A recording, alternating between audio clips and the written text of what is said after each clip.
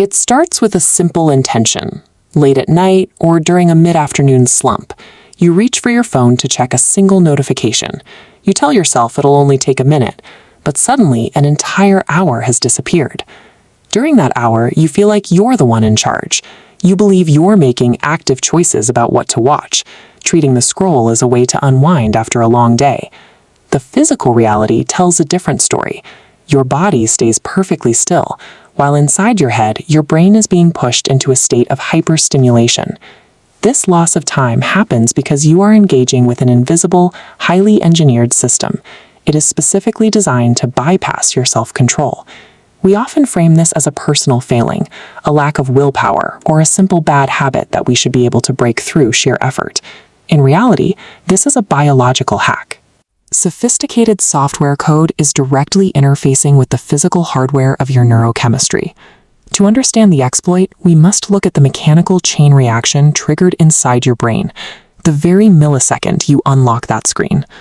Your brain relies on an internal reward system to navigate the world, powered by a chemical messenger called dopamine.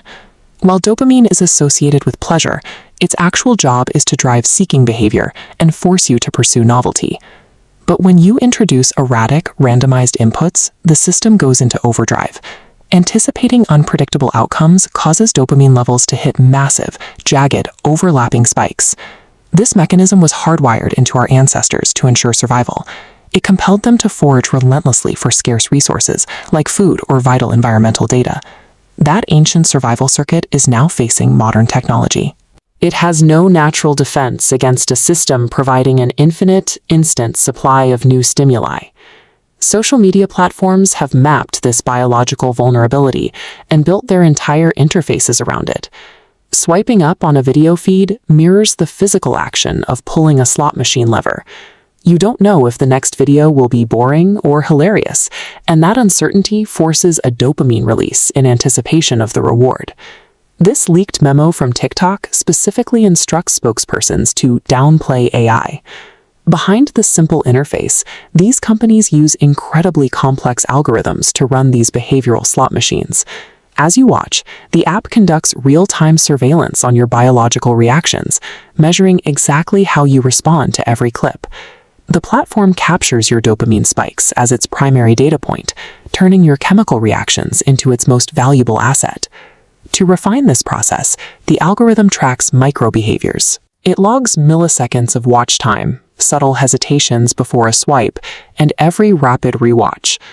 This flowchart illustrates the loop. From data extraction, the algorithm calculates the exact stimulus needed to trigger the next biological reaction. This creates a self-sustaining loop of craving, bypassing any sense of completion, while the drive to seek more expands with every cycle.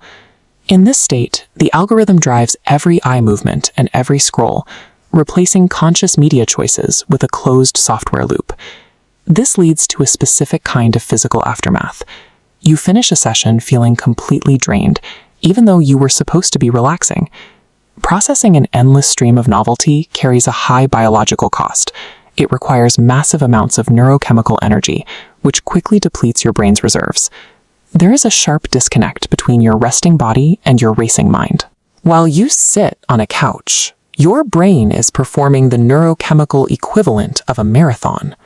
Once those reserves are exhausted, you're left with a shattered attention span, brain fog, and a lack of motivation to engage with the physical world.